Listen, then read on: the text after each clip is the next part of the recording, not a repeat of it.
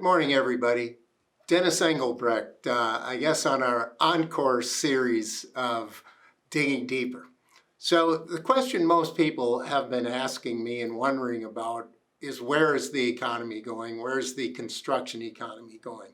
So thought I'd weigh in on that a little bit.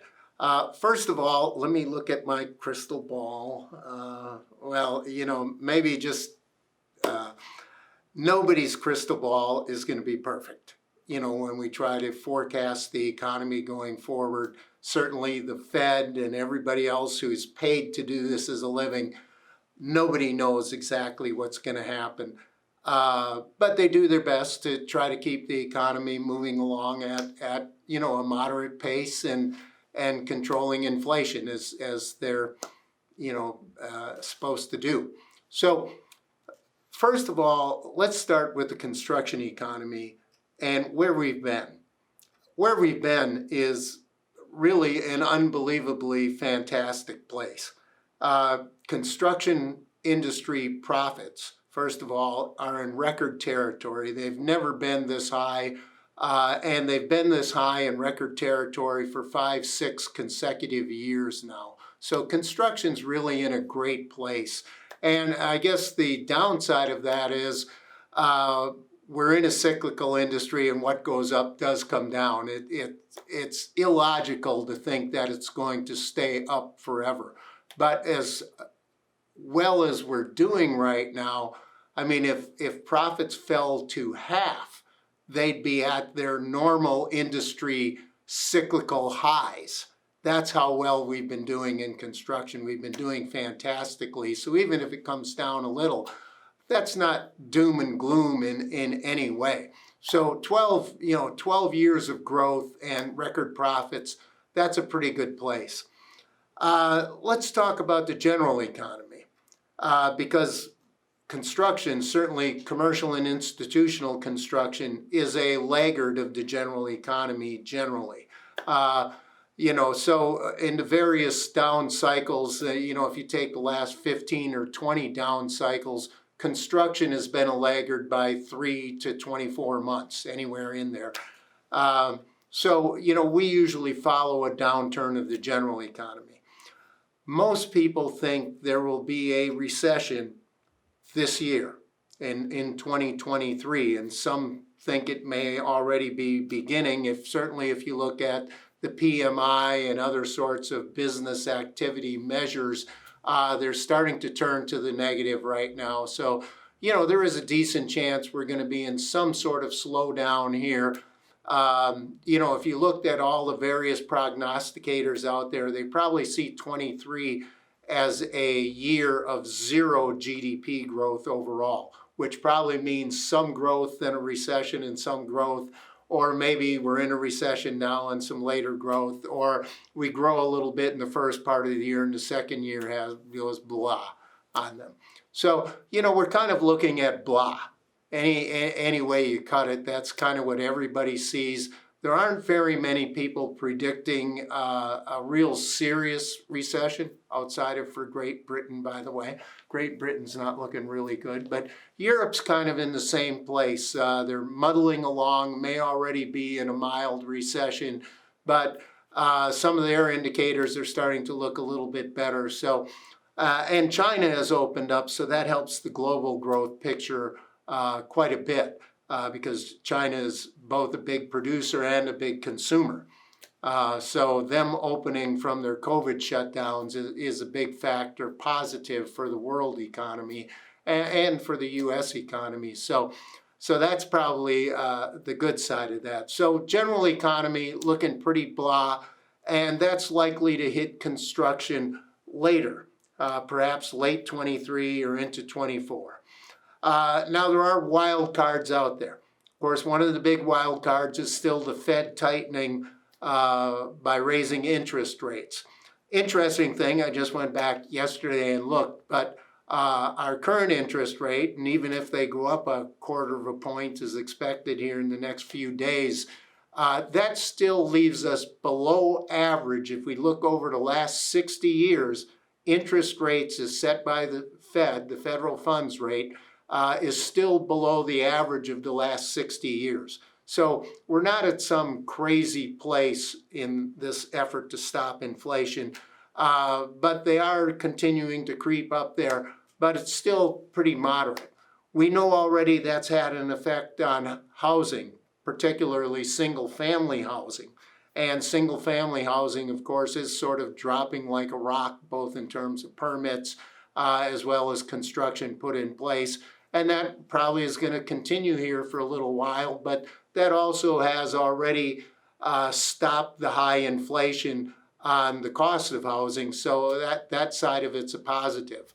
Again, if we look at permits, even though they have been falling through the course of this last year was really a very high place for permits if you look at it versus other years. And even on a monthly basis, we're only down again to about the average of the last 60 years. So permits, while they've been plummeting, are not down so low that, again, they're a huge drag on the economy going forward. So those are all sort of middling things. Now, let's look back at commercial and institutional construction. Before the pandemic hit, we were already in a slowdown in construction, and construction in 20 and 21 both were pretty much flat with just very, very little growth over those 2 years.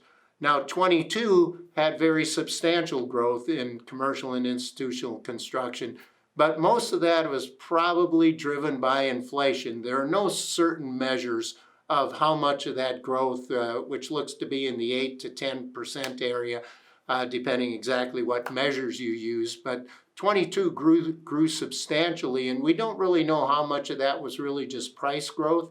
But one of the great indicators around that, by the way, is the Portland Cement Association, and they measure how much cement has been sold. And basically, last year was pretty much flat in terms of the amount of cement used. And by the way, they're predicting a downfall in the sales of cement for 23, but we still have sort of an inflation-driven construction backlog out there. So it looks like 23, could be a good year for construction. Most people are seeing it as a very good year for construction and a lot of growth. But a lot of that still may be inflation driven. In fact, not doing more construction, but doing more dollars of construction. And that's kind of what it looks like 23 has to hold for us. Now, what about the other leading indicators out there? What are they showing us? Well, probably the most prominent indicators out there come from Dodge in terms of the Dodge Momentum Index and the Dodge Starts Index. And both Dodge Starts and Dodge Momentum have been running in record territory. And even as of the last month, we've seen substantial growth in both of those indexes. Now, those are generally seen as 9 to 12 months into the future. So that growth that they're seeing is probably already baked in a sense, for 23. So 23 looks like a good year overall for commercial and institutional construction. Now, the Architects Billing Index has shown weakness here over the last quarter, and billings for architects have declined over the last quarter, and that also is another 9 to 12 month sort of leading indicator. So if you believe that index, you would see some softness come in by the end of 23.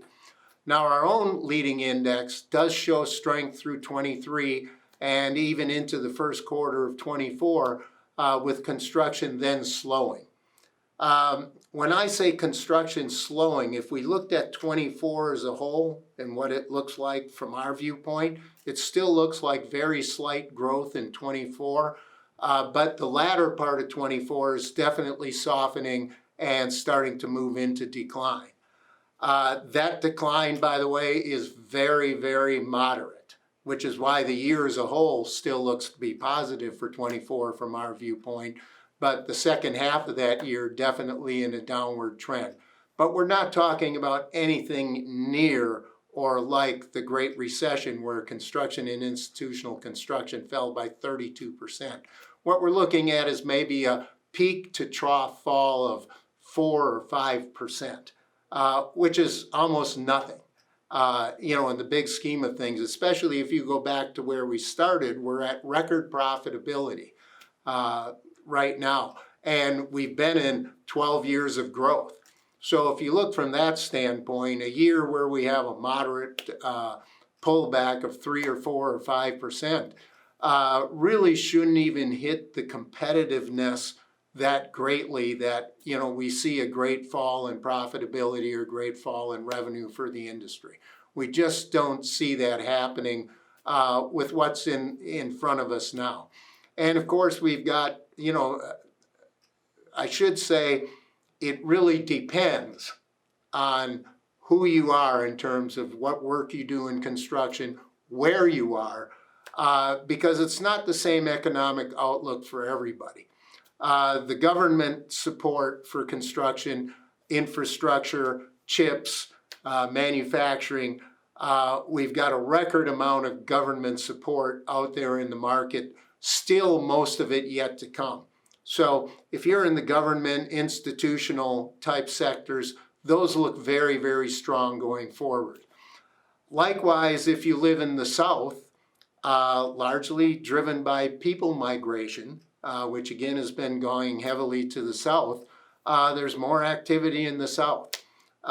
Things are still going better, to some extent out west as well, the coastal areas.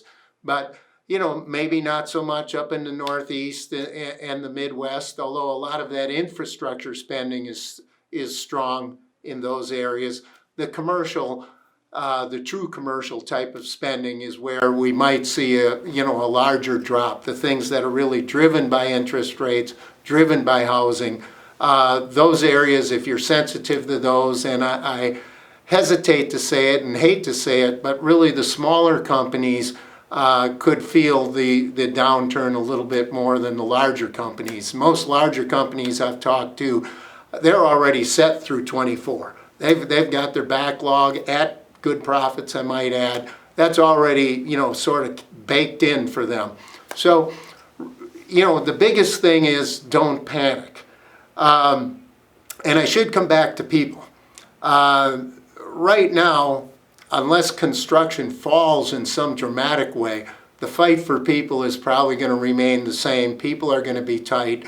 And by the way, that's not a total negative, because as long as people are constrained in construction, that's going to keep us from getting to this hyper-competitive world where we're fighting over, what little work is in the market. So that helps keep margins up, and that helps keep profitability up. So again, as we look to 24 and possibly even into 25, we may have some softness out there that may hit some of you worse than others, but we don't expect it to be anything like you've experienced in the last recession, which was the Great Recession. I should say the last major recession. We had that minor COVID blip, but that really was so short-lived that it hardly even counts. So I think things are looking good going forward. Certainly you need to be, depending where you are in the market, looking at your strategy and looking, at what you face. But generally speaking, feel very positive for construction going forward. So again, Dennis Engelbrecht, Digging Deeper. Thanks for tuning in.